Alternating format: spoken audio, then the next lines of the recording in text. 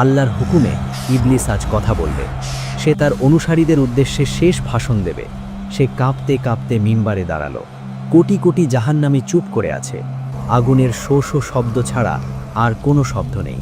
সবাই অপেক্ষা করছে, হয়তো ইবলিস কোনো সুসংবাদ দেবে।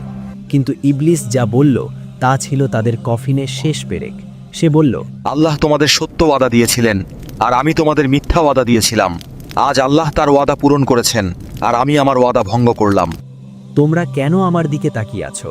আমি তো তোমাদের ওপর জোর করিনি। আমি তো তোমাদের হাত ধরে পাপ করাইনি। আমি শুধু ডাক দিয়েছিলাম, ইশারা করেছিলাম।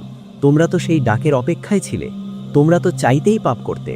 তাই আজ আমাকে দোষ দিও না, নিজেদের দোষ দাও। আজ আমি নিজেও বাঁচতে পারছি না, তোমাদের কিভাবে বাঁচাবো?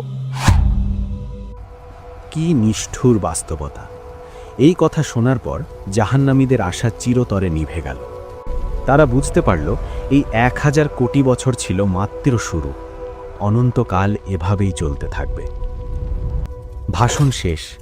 ফেরেশতারা আবার ইবলিসের গলায় আগুনের বেড়ি পরিয়ে দিল। তাকে আবার সেই লোহার সিন্দুকের দিকে টেনে নিয়ে যাওয়া হচ্ছে। সে জানে আগামী 1000 কোটি বছর তাকে আবার সেই সিন্দুকে একা থাকতে হবে। সে জানে আল্লাহ আর কোনোদিন তার দিকে দয়ার নজরে তাকাবেন না। তার শাস্তি চলতেই থাকবে।